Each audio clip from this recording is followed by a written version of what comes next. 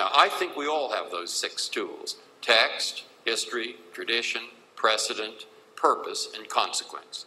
But I think some of us emphasize the first 4 and try to avoid the last 2.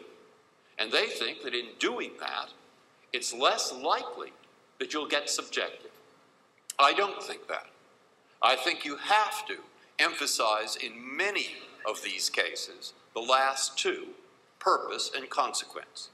And I think there are ways of doing that which are honest, writing down what you're doing, never having a secret or hidden motive, explaining to the reader exactly what's going on in the opinion, that act as a significant check on the subjectivity of the judge.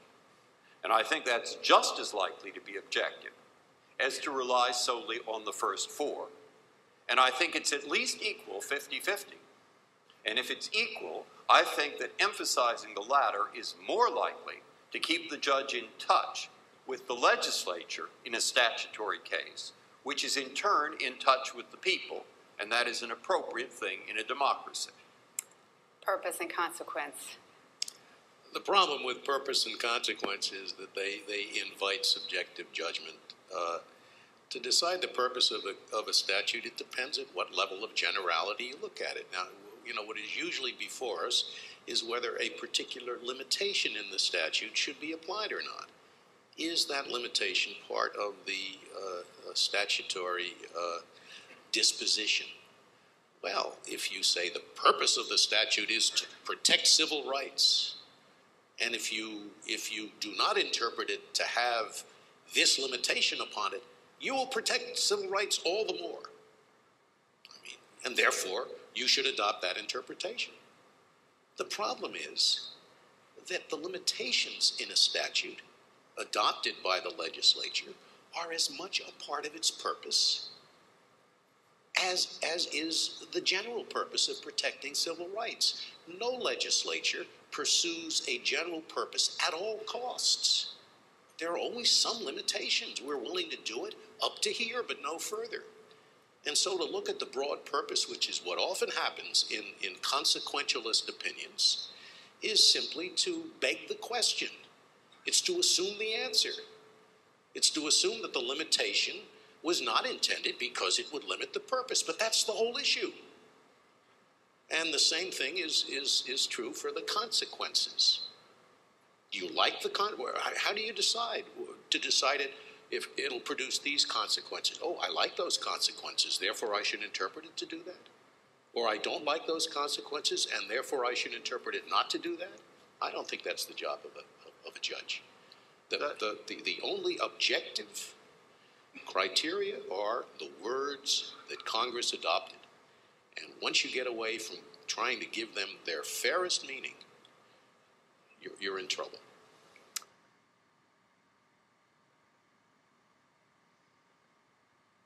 The normal way in which the phrase is used, though it's become something of a cliche, and so I don't like to use it because it takes on a pejorative meaning, but I think that underlying the idea was that if you go back to the end of the 18th century and you examine what the founders thought, say about the Commerce Clause, they didn't think of the internet, and they didn't think of television, and they didn't think of the radio or automobiles, etc. But they wrote a value into that clause, and that value is permanent, like the value under the First Amendment is permanent. Free speech is a value that's permanent. But how you apply that to a world where social conditions and physical conditions and every other condition is changing continuously, and how you take a document that applied to 4 million people or so in 1789 and today has to govern a continent of 300 million people of every race, every religion, every point of view. And you know, with 300 million people, we have 900 million points of view minimum. And how you do that is not obvious. And the Constitution, in the application of it, adapts to the circumstance in order to keep the values the same. Now, that's the kind of thing that underlies that notion, cliche though it is, and I think that which underlies it is certainly valid. if all you meant by the living Constitution is that the Constitution has to be applied to new circumstances that were not envisioned at the time of its adoption, I wouldn't give it the name living Constitution, but I wouldn't disagree. Of course you have to figure out how the First Amendment applies to new technologies, to radio, to television, and so forth. That's not what the fight is about. The fight is about taking pre-existing technologies, pre-existing realities that were there at the time the Constitution was founded, and changing the answers. I've sat with 3 colleagues, living constitutionalists, who believed the death penalty was unconstitutional. Nothing has changed. No technology alters whether that's a constitutional punishment or not. And yet the living constitutionalist could one day say, because of the new circumstances of our 300 million people, we feel differently about it today than we used to, and therefore I am going to prescribe from the bench that you cannot have the death penalty. That's the kind of thing that I do not agree with in the living Constitution. It applies not just to the death penalty, it applies to abortion. Abortion existed then. Nothing's changed. Nobody thought abortion prohibition of it was unconstitutional, but living constitutionalists say it is. The same thing applies to, prohibition of homosexual conduct. It's not the disposition I'm concerned about.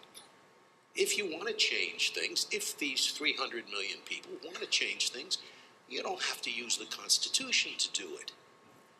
Use the legislature. That's what we do in a democracy.